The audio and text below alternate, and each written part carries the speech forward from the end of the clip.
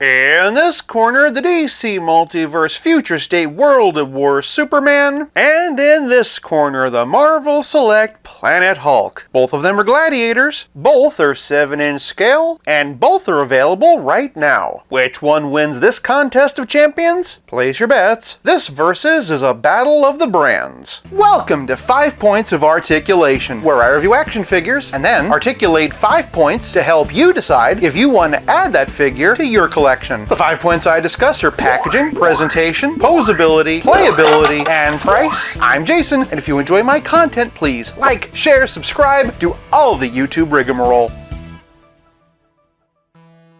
Starting off with the packaging, both figures have been executed differently. Superman is in the tried and true DC Multiverse window box. Name and logo here, UPC for those who want it, and a simple yet effective product shot on the back. Hulk, by contrast, comes on the tried and true Marvel Select blister card. Planet Hulk logo down here. As we can see, this is a special collector edition action figure. Artwork from the comic of Hulk not dressed up as a gladiator, and a product shot on the back. Between the two of them, DC Multiverse is definitely a bit more plain, until you flip it around anyway. I do like how personalized the Planet Hulk figure feels. I also really respect Diamond Select for having the same style of boxes for so many years. But as much as I like the Marvel Select boxes, and I really do, they can't compete with a collector-friendly window box. For packaging, this round goes to Superman. Moving on to presentation, and at the top of his Marvin the Martian helmet, Hulk stands at a staggering 11¼ inches. Superman, by contrast, stands at 7¼ inches.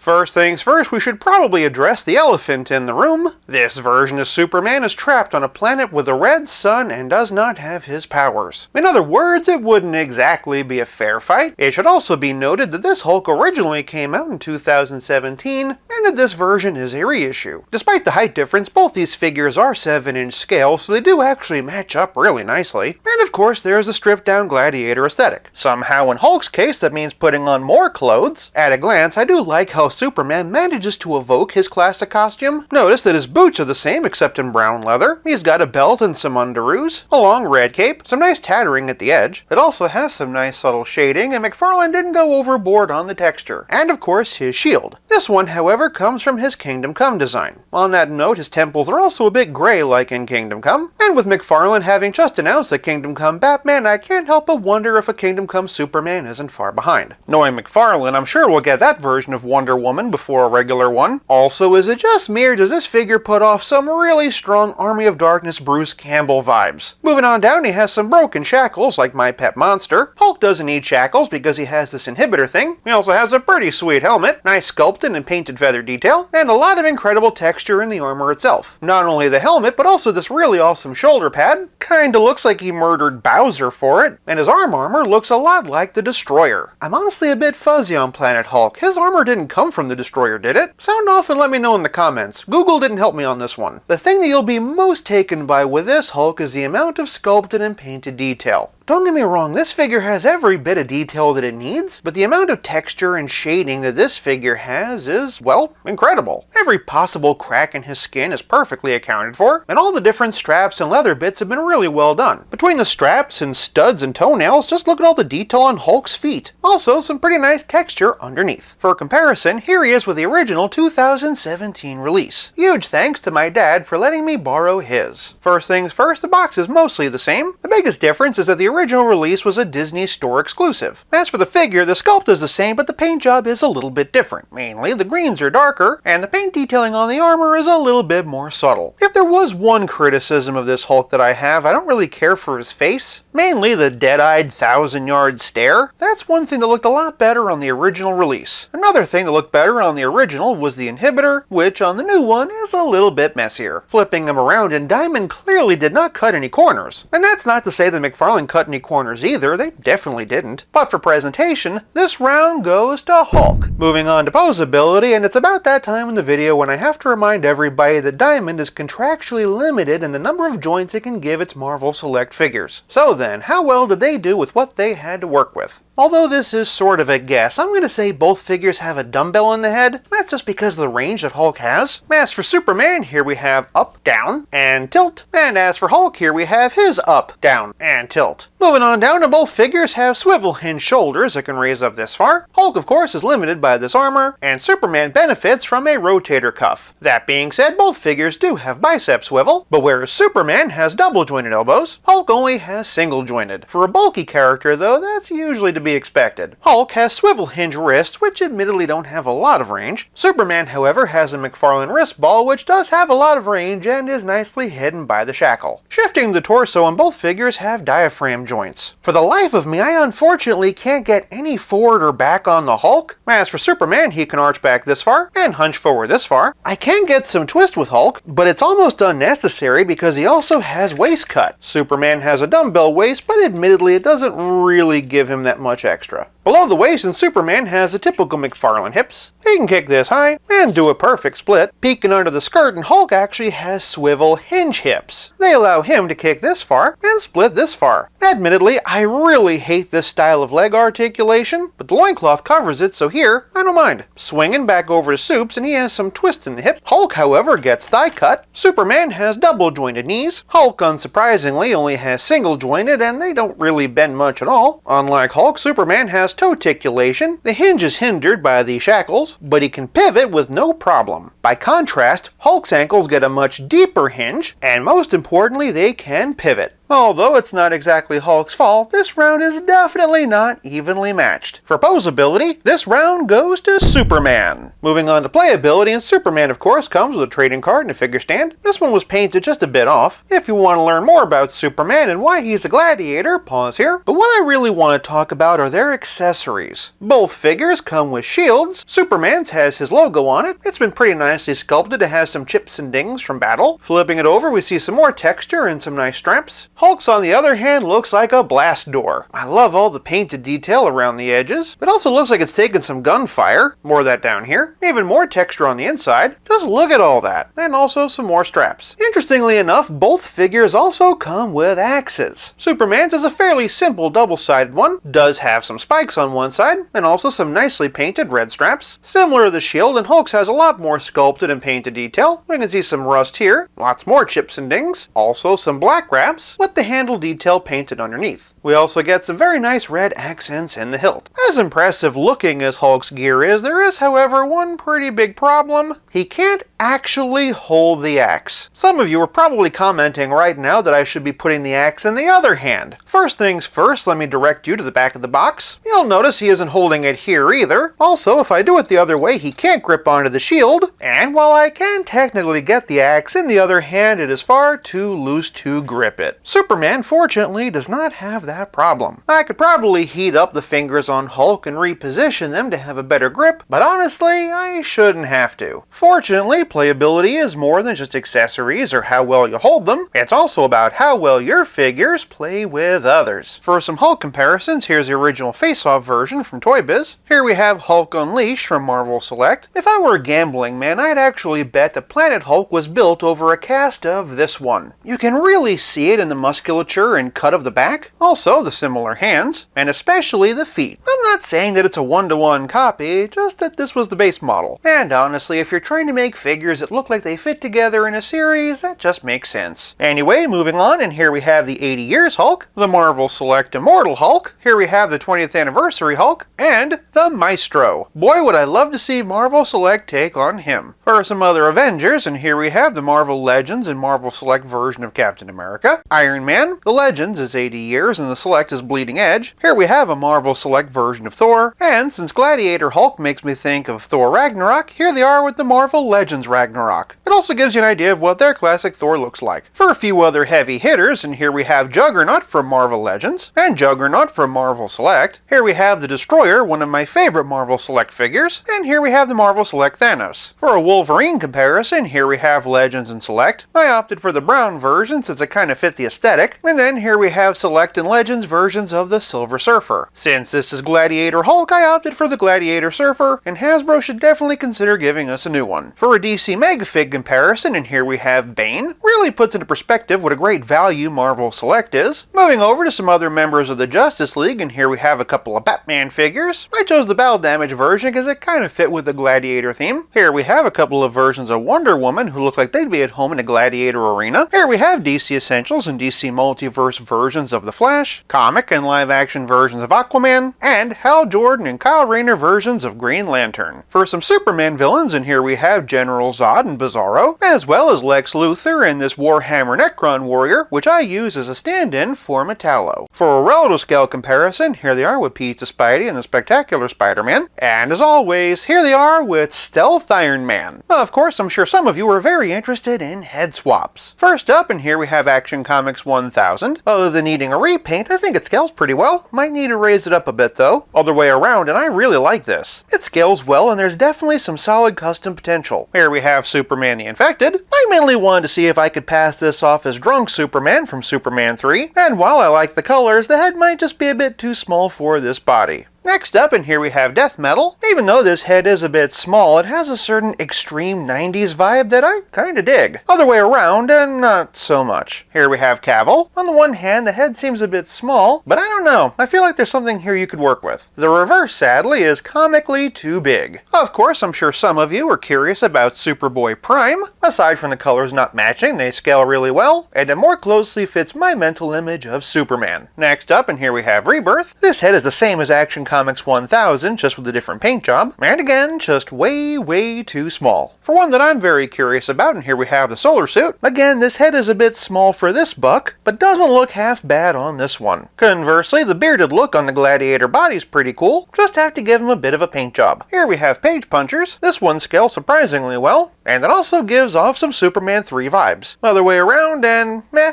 And here we have Hush. Personally, I think this one's a bit big. It does, however, look more like Superman. Switching it around, and again, I do feel like this head is just a bit too small for this body. That said, I have seen people online use this as a Bruce Wayne head, so I thought I'd try that out too. Here we have Detective Comics 1000. Given that it's one of my least favorite Batmans from McFarlane, I still think it looks pretty good. Here we have Flashpoint. I know McFarlane made their own unmasked Thomas Wayne, but I really love this one. Here we have the Snyder Cut, and somehow it looks more like Ben Affleck than their unmasked Ben Affleck figure. Here we have Rebirth. Since it is a bit of a smaller Superman, this one scales really well. Here we have the Batman, once again proving that almost any head looks better on that body than the one that came with it. Here we have the Dark Knight Returns. Definitely puts me in mind of Ben Affleck in Batman v Superman. Here we have Dark Detective. Given the grimace and the scruff, it actually looks like it really goes together. Here we have Page Punchers. Honestly, I think this looks fantastic. Lastly, here we have the Injustice 2 style Page Punchers. Similar to Rebirth, the smaller scale makes for a perfect fit. I think that settles it. This Superman head is the perfect Bruce Wayne. On the one hand, Hulk can be fudged into a variety of different Marvel displays. On the other hand, the head swap potential gives Superman a lot of extra value. Not only that, but accessory-wise, they're pretty evenly matched. So for playability, I'm calling this round a draw. This leaves us with nothing left to discuss but the price. World of War Superman is a mass market release and retails for about $20. Planet Hulk is a direct market release and retails for $34.99. Direct market means he's only available at comic book stores, hobby shops, and online. And while $35 is a jump from what he originally cost, it's still a really great deal. That's $5 less than a DC Multiverse Mega Fig, and yet he comes with so much more. And while $20 is technically a better price, Planet Hulk is a better value. For price, this round goes to Hulk, making this battle a tie. I guess we'll never know which one of these two is stronger. P.U. Definitely Hulk. If you're disappointed that your favorite character didn't win, this matchup was mostly just for fun. That said, if you want to see a more definitive Hulk versus, check out this video, or for some more Superman head swaps, click here. Thank you so much for watching. I'll be back again real soon, but until then, play nice and have fun.